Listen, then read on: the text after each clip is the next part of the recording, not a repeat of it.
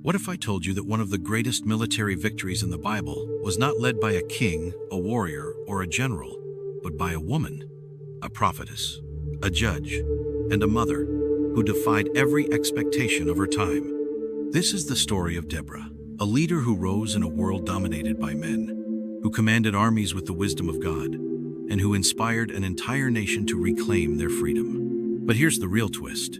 Her story is more than just ancient history. It's a blueprint for leadership, courage, and faith in the face of overwhelming odds. And by the end of this video, you'll see why Deborah's legacy is one of the most radical and relevant stories in the Bible.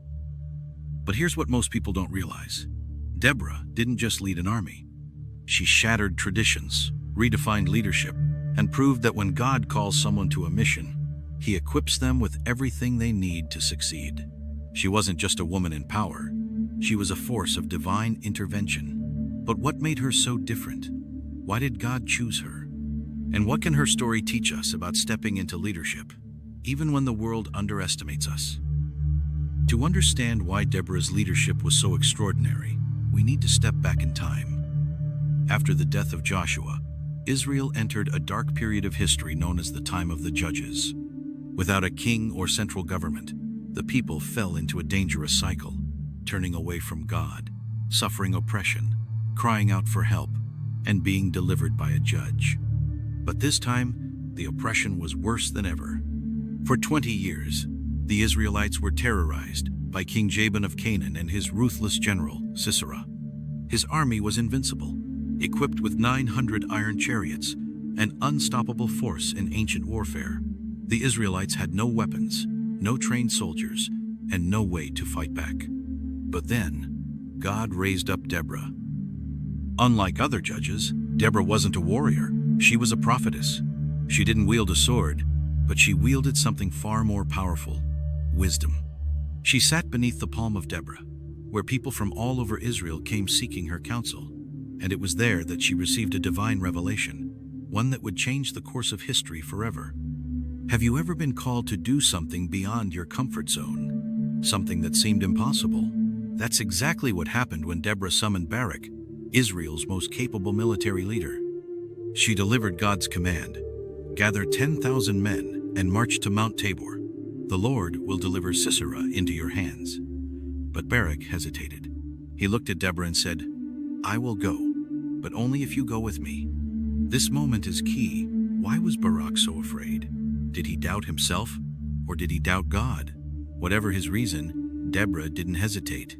She agreed to go, but prophesied that because of his hesitation, the final victory would go to a woman, not him.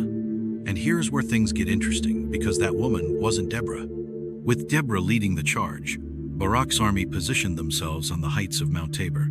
Sisera's forces gathered below, confident that their iron chariots would crush any resistance. But then, something miraculous happened. As Barak's army surged forward, God unleashed a violent storm. The rain turned the battlefield into a swamp. The mighty iron chariots, the greatest weapon of the Canaanites, became useless, stuck in the mud. Panic spread through Sisera's army, and the Israelites overran them in a decisive victory. But Sisera, he fled. And here's where prophecy meets destiny. Sisera ran to the tent of Jael, the wife of a Kenite ally. She welcomed him, gave him milk, and let him rest. But while he slept, she picked up a tent peg and drove it through his skull. Just as Deborah had prophesied, the victory was given into the hands of a woman. But Deborah's impact didn't end with the battle. She didn't just fight for Israel. She redefined what it meant to be a leader. After the war, she composed one of the oldest songs in the Bible, the Song of Deborah. It wasn't just a song of victory. It was a declaration of God's justice, a rebuke of those who failed to act, and a celebration of those who stepped up in faith. Deborah led Israel for 40 years. She didn't seek power, but she used it wisely. She didn't fight with weapons, but with faith. And because of her leadership, Israel experienced peace for an entire generation. But here's something you may not know. Deborah's story isn't over. Some scholars believe that her song contains hidden prophecies about the future of Israel, the coming of a true deliverer, and even the final judgment. Could it be that Deborah, the prophetess and judge, saw beyond her own time? And here's the real question. What if Deborah's story is meant for us today? What if her example of faith, courage, and leadership is a message for anyone who has ever doubted their calling? What if God is still raising up Deborahs in a world that desperately needs them? Deborah's life is proof that leadership is not about gender, status, or power. It's about obedience to God. She stepped up when no one else would. She led without fear. She trusted God's strategy over human logic. And because of her faith, an entire nation was saved. But now, the challenge is ours. Are we willing to step up when called? Are we ready to lead with wisdom, fight for justice, and trust in divine strategy, even when the odds are against us? If Deborah's story inspired you, don't forget to like, share, and subscribe to Bible Characters Unlocked.